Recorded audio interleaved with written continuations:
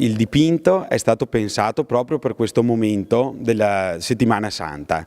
È una croce con raffigurante Gesù Cristo e i due ladroni, ma a sottolineare il tutto sono appunto le croci dorate. Le croci dorate significano la redenzione, la salvezza. Come avevo già scritto, l'oro è un colore molto vivo nella fede cristiana.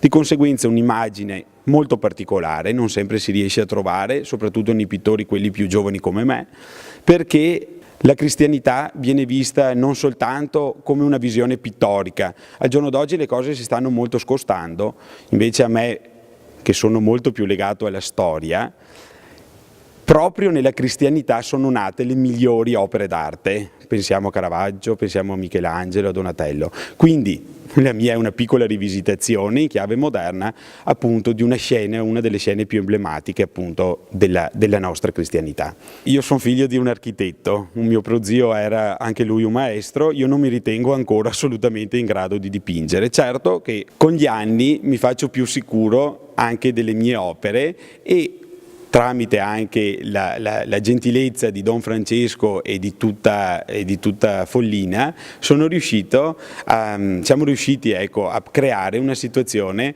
molto piacevole, credo, anche in questo momento pasquale, dove si può veramente interpretare quella che è l'arte legata alla sacralità.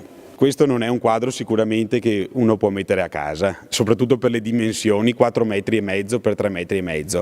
Io mi auguro che proprio in questo bellissimo contesto qualcuno riesca a vederlo, qualcuno magari della Chiesa, e riesca diciamo, a trovare la situazione per metterlo magari in un luogo sacro, proprio per valorizzare quello che è la cristianità moderna, io la chiamo, nel senso non soltanto questi dipinti di una volta, sicuramente importantissimi, ma anche la visione di nuove leve, di nuove persone che vogliono cercare di creare e mettere a disposizione qualcosa per la collettività, perché noi siamo comunque la collettività.